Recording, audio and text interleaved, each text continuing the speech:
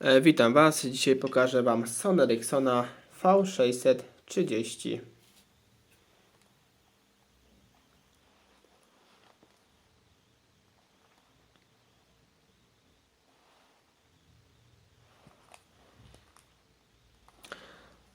Telefon, jak widać, niestety uległ troszkę uszkodzeniu. Pękła mi szybka, bo mi ostatnio upadł, muszę sobie wymienić. Jest to jedyny w mojej kolekcji Sony Ericsson.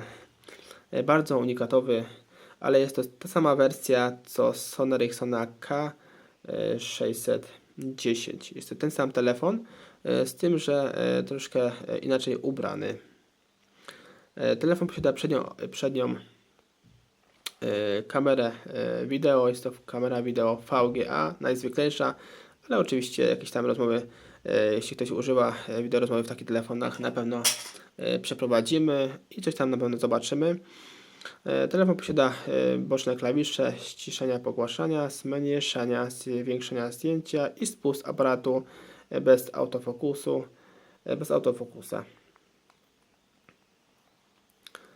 Posiada również głośnik główny, jak w każdym telefonie, dość dobrej jakości i aparat 2-megapikselowy słabej jakości ze wspomaganiem z lusterkiem, dzięki któremu możemy zrobić sobie samemu zdjęcie.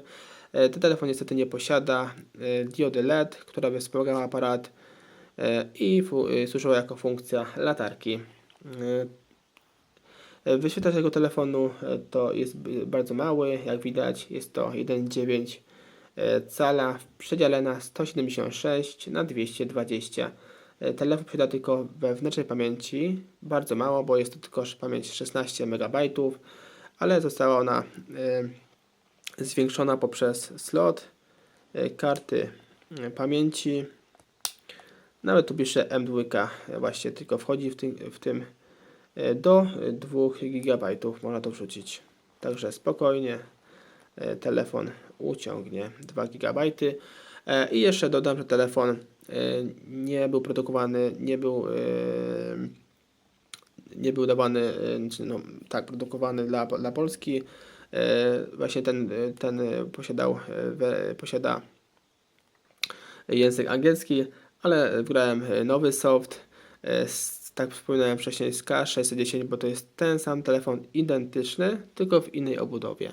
Także jak macie taki telefon, to możecie sobie grać soft z K610 i będzie Wam prawidłowo funkcjonował i będziemy mieli dzięki temu polskie menu. Teraz sprawdzimy sobie baterię tego telefonu. Bateria tego telefonu to BST36. Jest to bateria oryginalna, którą ten telefon obsługuje. Jest z 2007 roku, z 24 tygodnia i jest to 780 Ah. Taka bateria nowa, oryginalna, wytrzymywała naprawdę dość sporo. Teraz wytrzymuje chyba mi dzień, ale nie polecam takie baterie kupować.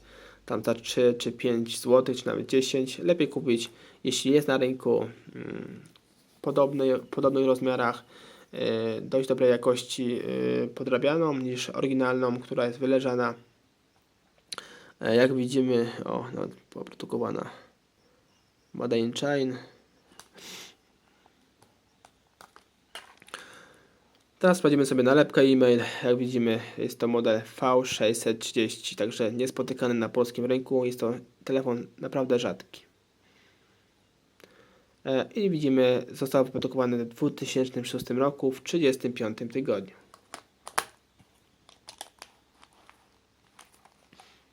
Teraz sobie telefon uruchomimy, sprawdzimy funkcje wewnętrzne tego telefonu.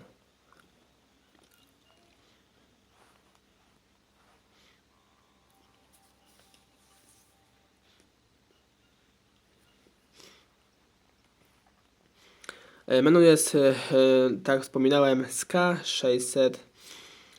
K610. Później to udowodnię, pokażę Wam. Ale menu jest bardzo zbliżone, tak naprawdę niczym się nie różniło. Identycznie te same funkcje są, tylko troszkę może inne były ikonki, ale identycznie te same funkcje. Aplikacje, kalendarz, zadania, notatniki, synchronizacja, minutnik, stoper, kalkulator, pamięć chodów. Niestety w telefonie brakuje diody, latarki, bardzo fajna opcja, powinna być w każdym telefonie, naprawdę praktyczna i by się tutaj przydało.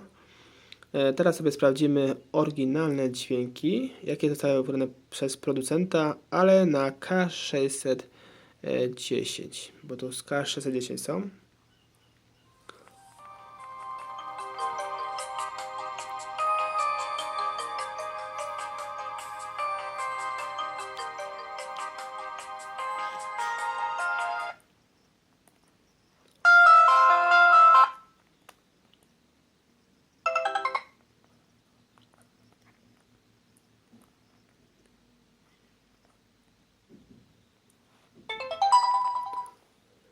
Telefon posiada identyczną diodę, tutaj powiadomień, podobnie jak K610. Także, tak jak mówiłem, to jest identyczny model jak K610, tylko można powiedzieć, nie zostało wprowadzone na polski rynek. Telefon obsługuje również gry, aplikacje, można sobie dograć odpowiednio na ten format na nasze rozdziałki wyświetlacza. W formacie oczywiście JAR można sobie dograć oczywiście odpowiednią Operę 8.1, jest najnowsza, i korzystać z internetu, choć internet w tym telefonie to słabiutko chodzi. Teraz wchodzimy sobie w aparat tego telefonu, sprawdzimy sobie, jak to działa. Nie posiada autofokusa, także ostrość będzie łapało bardzo słabo. Tak widzimy, jakieś tam zdjęcia nam wyjdą. Jak będziemy chcieli zrobić w biegu zdjęcie, to na pewno nam wyjdzie nieostre, nieatrakcyjne. Tu mamy wszystkie opcje, dźwięk migawki, jakość zdjęcia, balans bieli, efekty, samowyzwalacz, tryb nocny, rozmiar zdjęcia. Sobie przechodzimy jeszcze wyżej, sprawdzimy, bardzo podobne funkcje ma do innych telefonów Sony Ericsson. Te podstawowe Video D, Photo D, Music D, możemy tymi aplikacjami zmieniać, ucinać, dogrywać inne rzeczy w wideo, w zdjęciach i muzyce. Możemy sterować z telefonu innym telefonem, możemy podłączyć się pod Bluetooth i wymyślić odpowiedni kod w jednym i drugim telefonie i dzięki temu możemy manipulować innym telefonem, z niego na przykład dzwonić, pisać SMS-y i włączać dźwięki, nagrywać dźwięki możemy telefonem. Sprawdzimy sobie teraz opcję ustawień. Telefon może wysyłać pliki poprzez Bluetooth i USB z komputera na komputer i z telefonu na komputer i z komputera na telefon. Telefon posiada sieci komórkowe, jak widzimy 3G i tylko GSM i 3G. Telefon posiada. Zapraszam Was również na kolejne moje filmiki z udziałem Sony Ericssonów i Nokii. Jeśli chcecie więcej informacji odnośnie tego telefonu, to informacje są pod filmem. Dzięki, cześć.